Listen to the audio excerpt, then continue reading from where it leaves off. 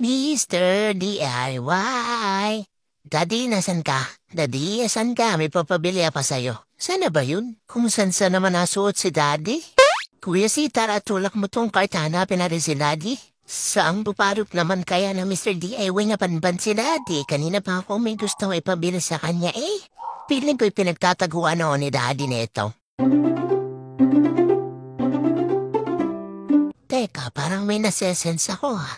Daddy ko ata yun ah. Daddy ko nga.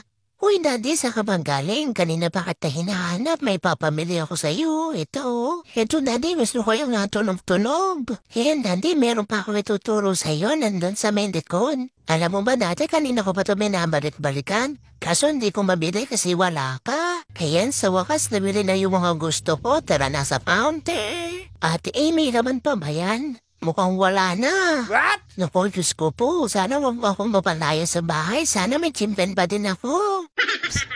Blake, Yes, Mami? alam mo bang ikaw nang ibabayad yan sa counter? Pabili ka ng pabili ng toy, wala namang pera. Dead ba sa basher?